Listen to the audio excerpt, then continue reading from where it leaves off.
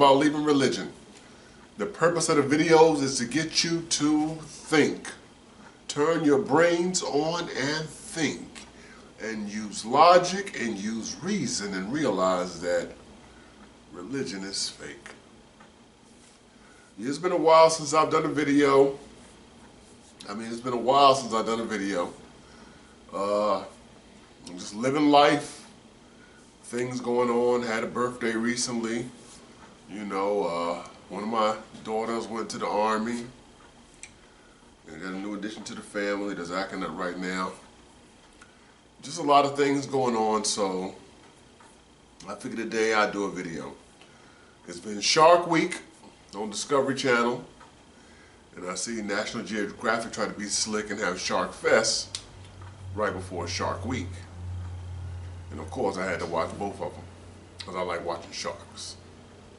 Anybody know me? Know I like watching sharks. I like watching nature. I just like watching that stuff. So I've been watching all of that stuff and working and reading and things just going on. So I haven't done a video. So I'm gonna do this one loosely on, I don't absolutely know what, but I'm still learning in this process, and I'm still dealing with people in these religious groups.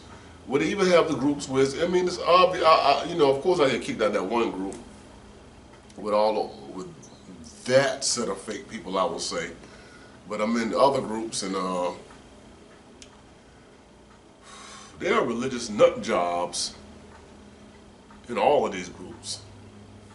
And I'm listening to other people, psychologists and people that deal with the mentality of a religion, and people that believe, you got to understand this, when people believe something that does not line up with reality, it's hard to reason with them because they've already accepted things that do not line up with reality.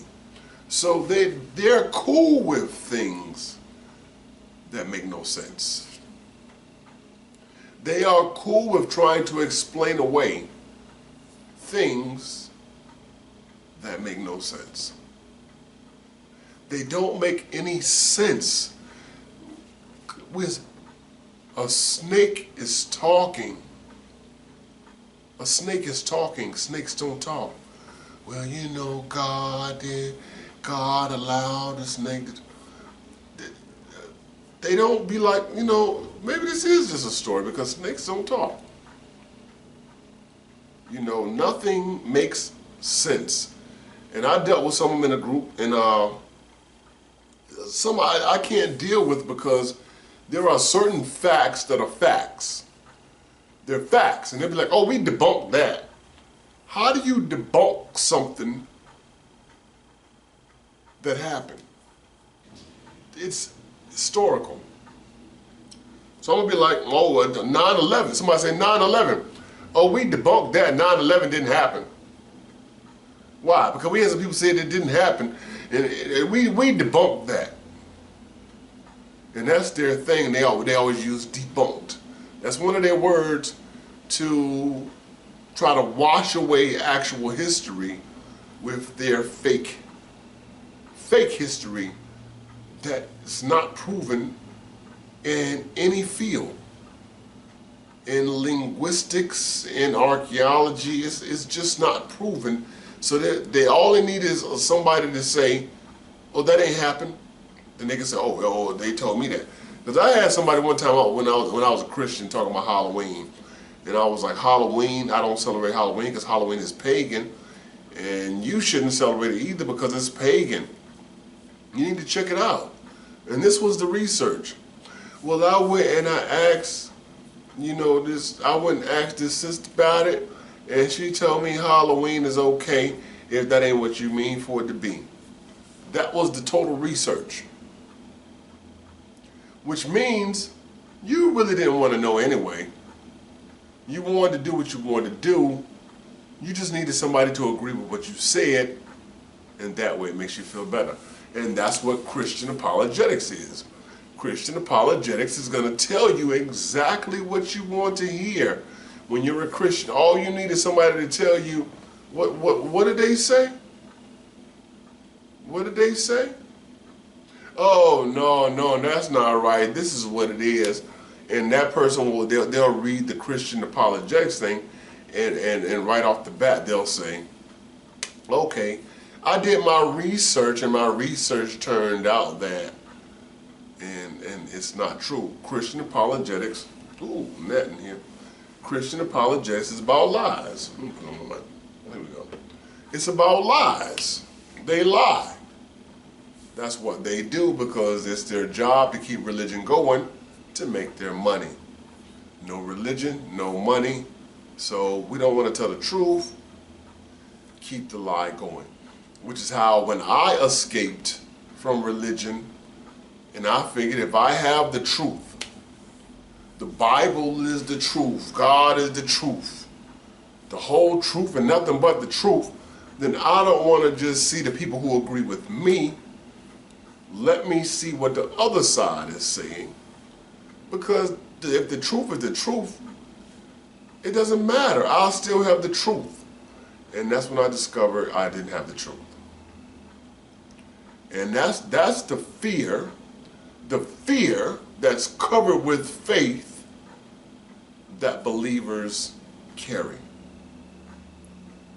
It's a fear, but you cover it with faith, and I'll never look at what you said because it just might be true, and I got to face that. So I don't want to face that, so I'm not going to look into it. I never understand how people online ask you something. I give you the information. Well, prove it to me. Prove it. What do you mean prove it to you? If you're on your phone, on social media, you can go to Google, and I go to Bing a lot of times. Bing gives a lot more results than Google. If you're actually looking for something. People tell me something, while they're talking, I'm on the phone, I'm looking it up. I ain't gotta wait, I can look it up right now. And a lot of times they say, oh no, that's not what it said this. Oh yeah, okay, yeah, I was off a little bit, yeah.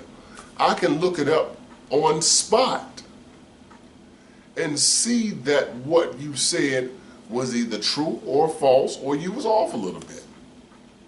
But anytime you sit back and say, prove it, you really don't want to know. Because if you really wanted to know, as a Christian, you do like the Bible say, ask and it shall be given. Seek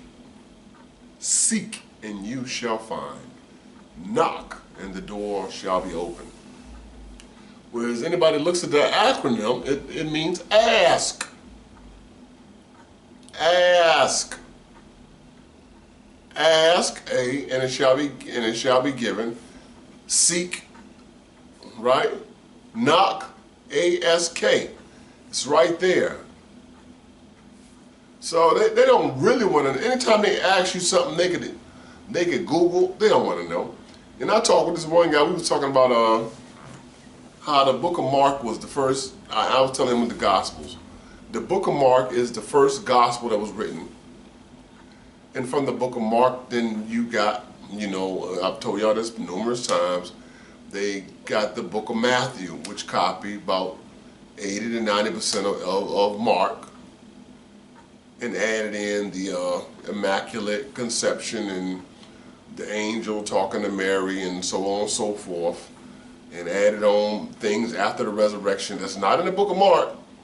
And then you got Luke that came later that cleared up the geological things that was wrong in Matthew, which copied Mark, but Luke copied Mark, cleared up some things from Matthew, and not only added in the same part about the angel talking to Mary, but the angel also talked to Zacharias, the father of John the Baptist.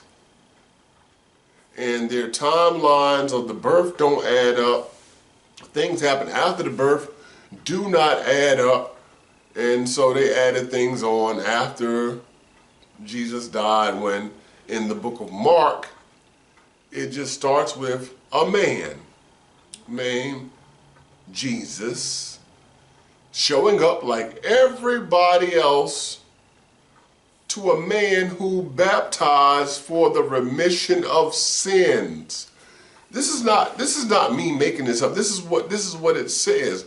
The Gospel of Mark doesn't start out with nothing about anything special about how this man Jesus came to be.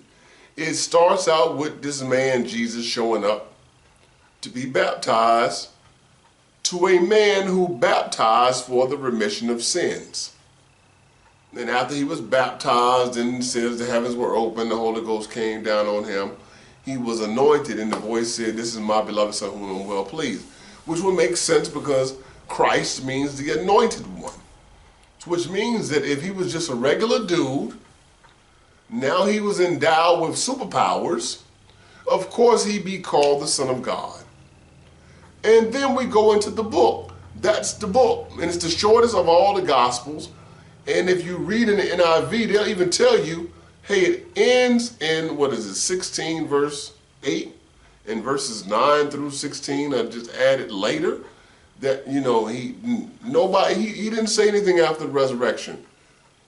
It just said he was resurrected. The women told nobody. That's what the book says. There's nothing special. I mean, this dude was nothing beforehand. He put on the Superman suit and became the Son of God. Now, why would this copy Matthew and leave out the whole thing about this immaculate conception and a virgin birth if it was so special? Why did Mark, who supposedly would copy somebody, leave out one of the biggest things to put into the book? That the man, this is how he started. That's how the other two Gospels start. And then the Gospel of John, which is not a synoptic gospel, which comes later during the dispute of Christians over the Jesuses, and makes Jesus God. In the beginning was the Word was with God, and the Word was God. So that one makes Jesus God. He's not just the Son of God, now he is God. But there were many Gospels floating out there at the time. But when it came time to pick some for the canon, Rome chose these 4. And of course, if you choose 3 that derive from one book, of course, they'll have a whole lot more in common to a people that can't read and have no access to this material. And then later, some more other things we want to add in. You bring in the Gospel of John, which is totally different, which takes the ministry from about 18 months, a year and a half, to a 3-year ministry, and you add in a whole bunch of other new stuff with Lazarus and all of these things that are not in other Gospels. So the whole point was this. The guy only follows pretty much the Christian apologists. Why are you following your own people? If your truth is the truth, the secular people should have the same truth. But why don't the secular people have that same truth that your Christian people have? Because they don't have no horse in this race. They're just going to tell you the truth. They're going to tell you that. If you look at the NIV, if anybody got an NIV or access to an NIV, go to the end of Mark and see what it tells you. In fact, in the NIV, it'll tell you a lot of scriptures in there was added in later. The whole thing about Jesus, with the woman caught in adultery and all of that, he was without sin, cast the first stone. Go in the NIV and see what it says about those passages. That was added later. That's not in the original or the older text.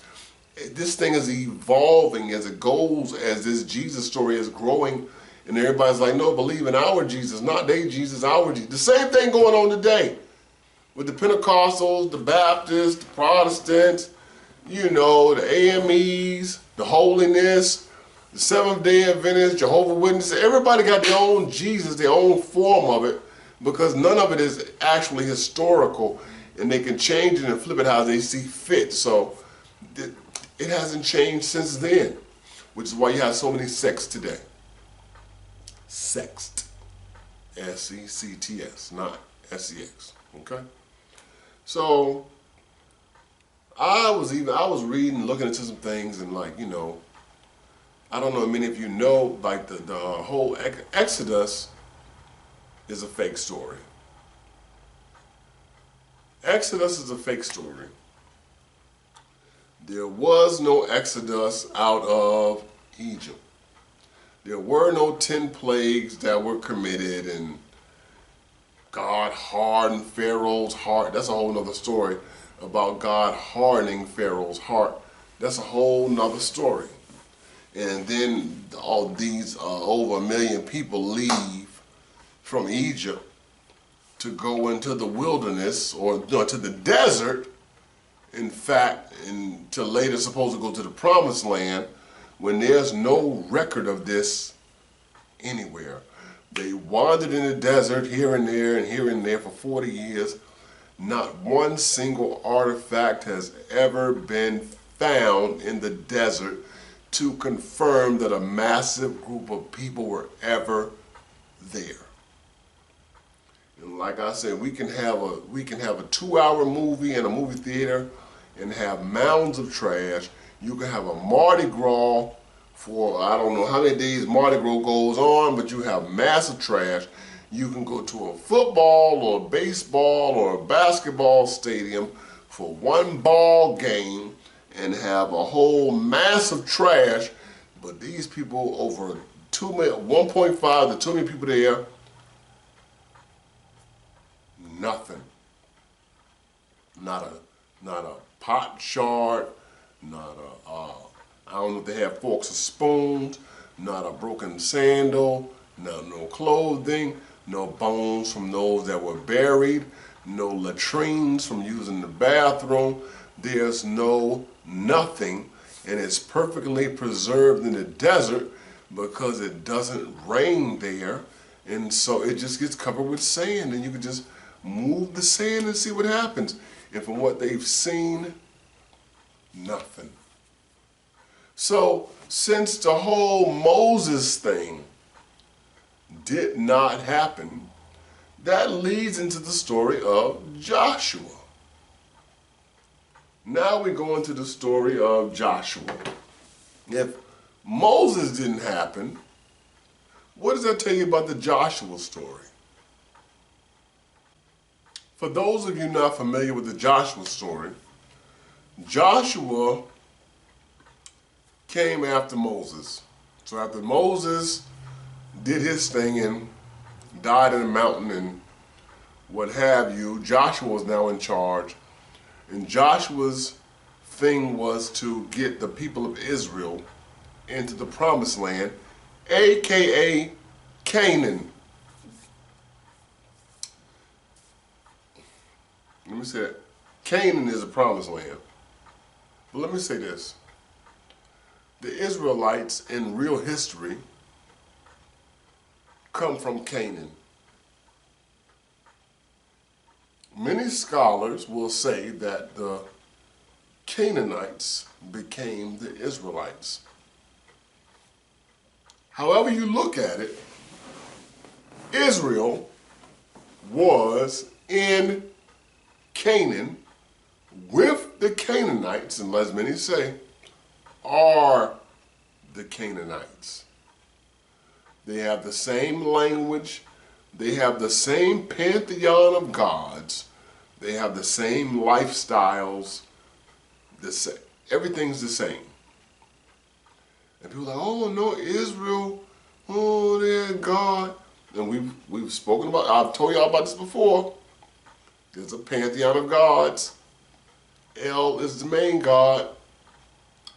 His wife is Asherah. And they have many children. And the two famous children are Yahweh and Baal. Now, what happens with them? What about all the other children that they had in that pantheon? In writings, those other children that lose popularity as time goes on, because amazingly, a lot of young people today don't even know who Prince and Michael Jackson are.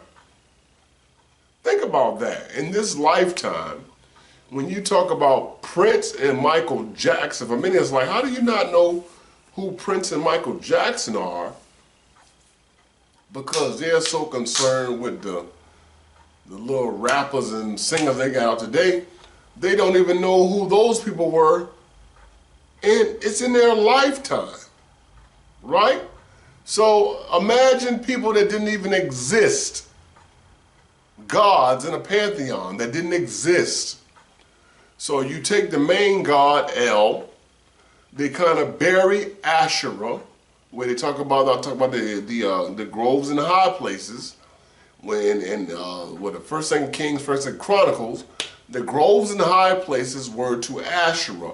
When they were torn down, they're just trying to say they're taking away the father, the mother, the child aspect, and we know later in New Testament became the Father, Son, Holy Ghost. All male aspect. I don't know how you get something out of that. Everything is father, mother, child. Mother, father, child. Either way, mother, father, child. A female got to be in there somewhere. But they got to have one God. And this one God can do everything. So they wipe out Asherah with the groves and the high places. And they turn all of the children that they had into angels. Now they're angels with no names, just angels. And any angel you ever heard of in the Bible is never in a female context. Gabriel, Michael, Uriel, which is not in the Bible, but Uriel in the book of Enoch, and I can name others, but they're not in the Bible. They're not female, they're males. So they get rid of the female aspect of it to try to make it one God. El, who's the father, and then Yahweh, the son. Baal, we eliminate Baal how? Through the story of Elijah with the prophets of Baal, and they had a whole contest, the 700 prophets of Baal and Elijah, and Baal is proven to be false. So we got rid of that son, and you merge El and Yahweh, and El becomes the back end of it, and now Yahweh is the main God. So now you got the one God thing. So we go on, so now we're talking about in the book of Joshua, which follows the mythical story of Moses and the plagues that nobody heard of, the firstborn of all things are killed, nobody recorded it. A whole army is killed in the Red Sea, which nobody recorded. Which Pharaoh was it? They dare not mention that because it didn't happen. All of the genealogical records that are recorded in the Bible, and then Christians say it didn't matter which Pharaoh it was. No, but this person begot that person, and they begot this person, and that person had these children, and that person begot this person. I can go through all the begots. You got certain chapters, ain't nothing but begots, but you couldn't say which Pharaoh was mentioned. Only pharaohs mentioned is what? Necho and it's not Taharsh. I came up with other. I know one of them is Necho. I came up with other right now because I'm doing a video. I don't know. I can't remember. But you didn't mention the Pharaoh. Pharaoh means king, and like I said, the interesting part is Pharaoh is a Greek word, not a Hebrew word. Pharaoh is a Greek word meaning king. Egypt is the Greek version of Kemet. So if the Hebrews wrote the Bible, why is Kemet called Egypt? Pharaoh called, or king called Pharaoh. And then we have the Septuagint. The Septuagint is the Greek translation of the Hebrew scriptures, but in reality, the Greek version of the Septuagint, you don't don't have a version of that. You look, the oldest version of the Hebrew Bible they have is 600 years after the Greek version. So if the Hebrew version came first, where are the Hebrew versions that came after the Greek version? Because the oldest version they have is written in Greek, which is just so ironic, again, because Pharaoh is Greek, Egypt is Greek, and then you go into the New Testament, you talk about Hades, that's, or hell, which is Hades, lake of fire, Tartarus, all of those are Greek. Everything's Greek. A lot of these things refer back to Greek, and it's called Hellenized when they turn everything into Greek. The Romans just bounced off of it, didn't change it, but just, you know, we're going to go from y'all got Zeus, we got Jupiter. And y'all got Hermes, we got Mercury. You know, y'all got, what's her name? Y'all, his name, y'all got, what's his name? Mars. The god of war. Mars is also, what's his, I can't remember his name right now. But, you know, our planets are named after the Roman names, but they're also Greek names. Aries. Aries, Mars. Aries is the Greek name. Mars is the Roman name. And Yahweh is the Hebrew name. He's the god of war. The Bible even claims him as the god of war. And that's why he always wanted bloodshed and sacrifice and don't want to smell blood and burn stuff and what have you, because it was the same thing. The same thing. So we go into the book of Joshua, right? Bouncing off of the myth of Moses. And Joshua is supposed to go in and now the people that were slaves had to be made into soldiers to take over everything. I don't get that. They were slaves, now all of a sudden they are a powerful army taking over everything. But in reality, the promised land, Canaan, was run by Egypt. So y'all just left Egypt to go to Egypt.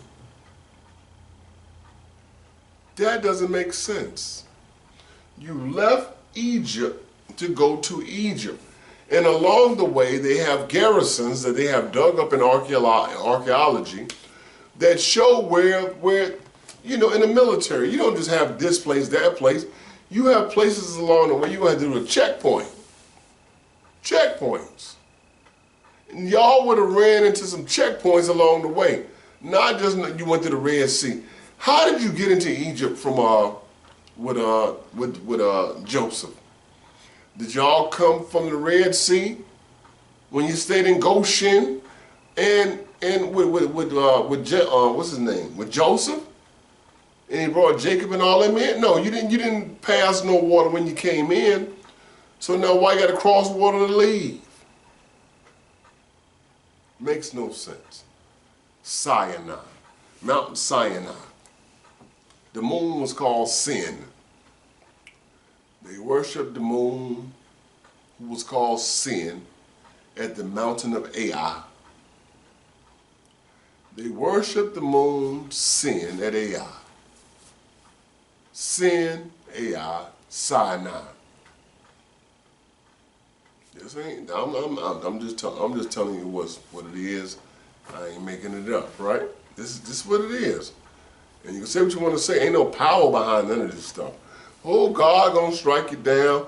Don't strike me down. Strike down COVID and everything else. Strike down cancer, leukemia, everything. Strike all that down. If I'm on the list, being first because of what I said and your priorities are out of order, there's a lot of other things you can strike down and not even mess with me.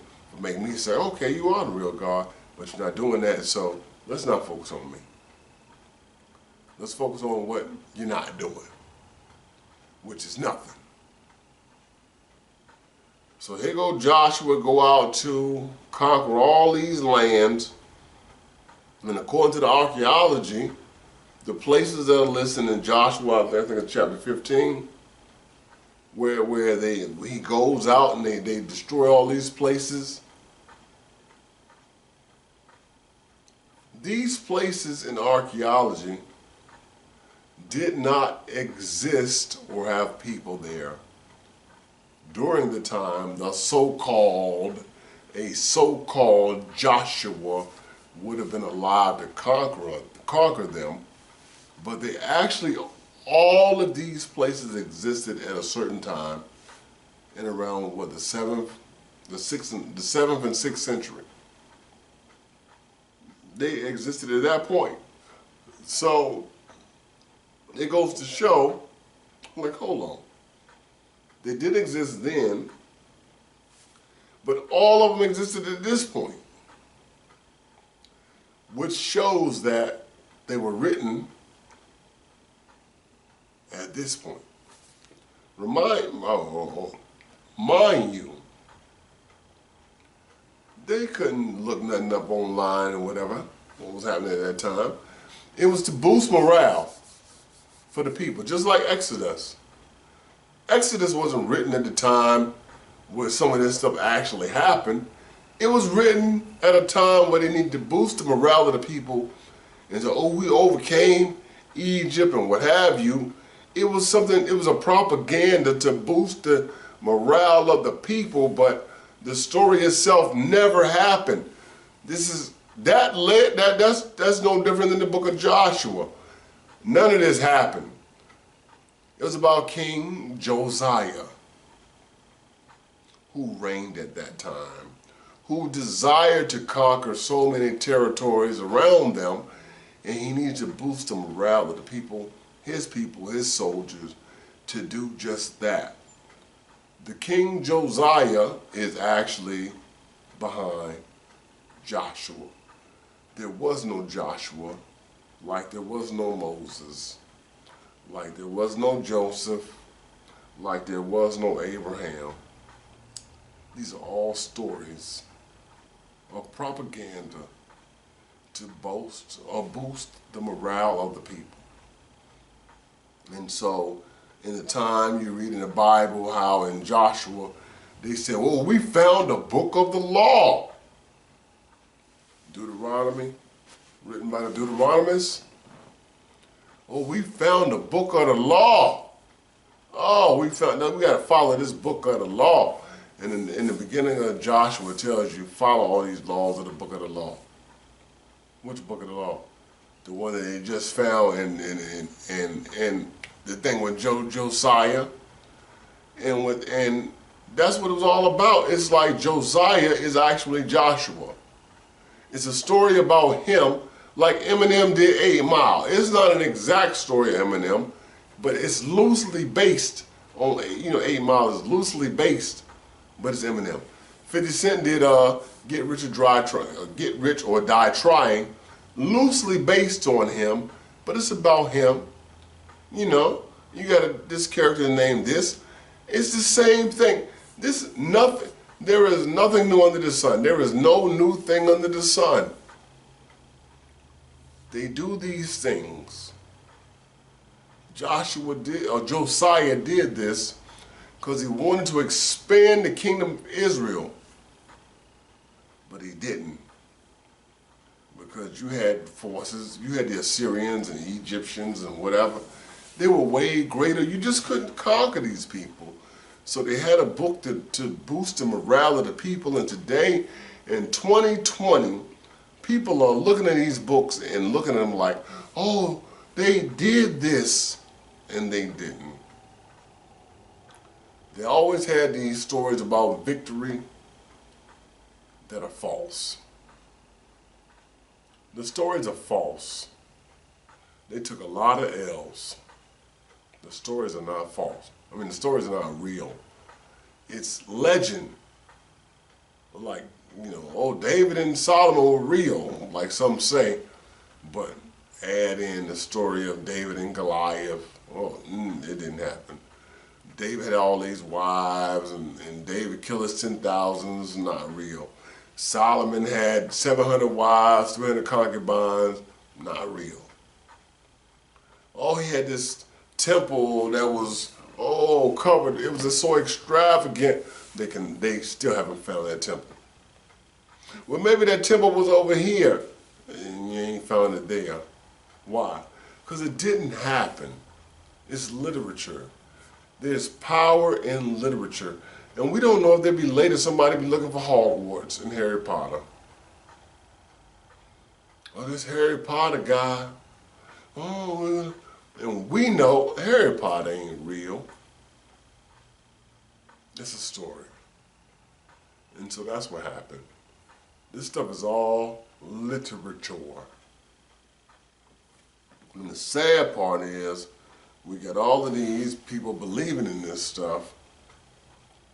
They believe in things that defy reality. And their brains have been tricked so bad that they just can't understand that it's just not real. Nobody is crucified, killed, and come back 3 days later. He was buried and all that, and come. This is not real. The New Testament is a comic book. It is a comic book. We are in a pandemic, and what have the Christians separated themselves to show us something? That they are special from everybody else? Or are they streaming online as everybody else trying to get that money? Really?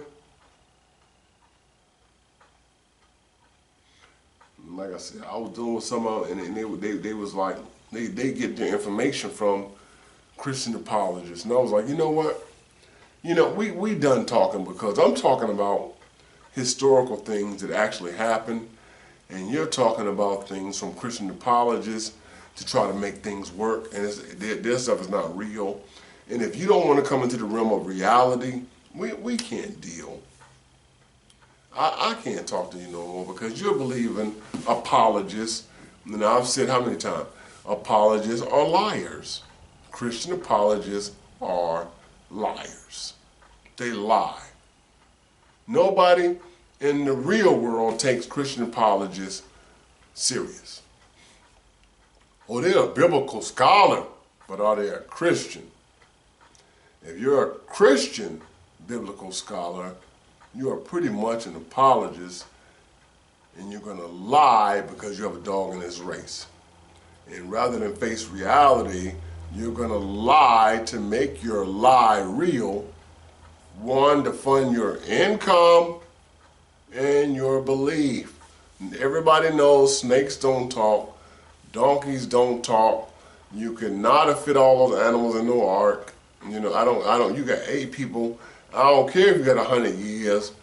You're not going to build a damn ark to carry every animal in the ark with one window, when the methane gas would have killed you anyway. You can't feed the animals on the ark. Who's shoveling all of the waste off of the ark? You can't do it. It's just not possible. You got animals, it was 100 years, and the sloths could have came over there in 100 years. Do you know that animals hunt animals? I watch documentaries, and lions, tigers, they hunt everything. Anything animals can kill, they kill. Eagles, falcons, name it. Whatever they can kill, I watch documentaries where birds are attacking sloths. Monkeys eat monkeys. Snakes eat snakes. Birds eat birds. Crocodiles eat smaller crocodiles. Snakes eat snakes. Name it. And you're talking about a kangaroo. 2 kangaroos gonna come from Australia. How'd they get here? 2 kangaroos. So you don't believe in evolution. There's no evolution. 2 kangaroos will hop all the way over here. 2 koala bears.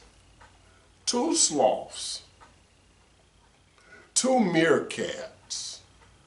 2 tigers. This is 2020. This is foolishness. This is foolishness. Never happened. Couldn't happen.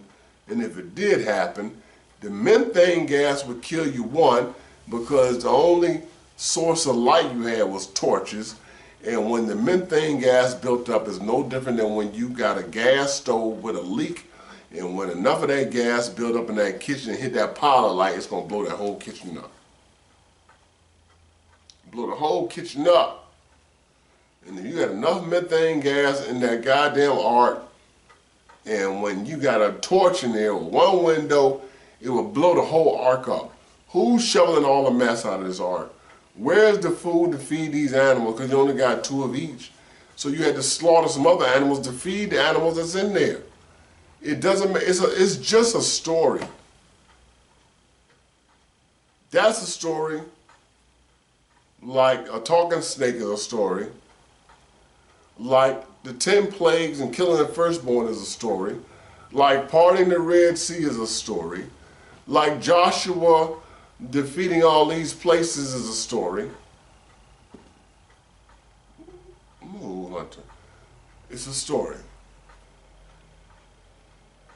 It's stories. None of it's real. So, I don't know what to tell y'all. I just told y'all. It's a story. It's not real. So that's all I want to share today. Is that nothing in that Bible, I mean, is there history in the Bible? That's Hunter. Hey, Hunter. Is there history in the Bible? Yes. Very little. When it names the people, well, what happens is not historical. Okay? So that's all I wanted to say today. It's true. He is a trip. Where are you? Come here. Come here. This is my new cat, Hunter. Alright. He loves some attention. Alright. So I'm going to end this video here with Hunter. And I will talk to y'all later. And I'll see y'all in the next video. I'm going to try to keep them coming. I mean, it's just busy. Alright, y'all. Alright. Peace.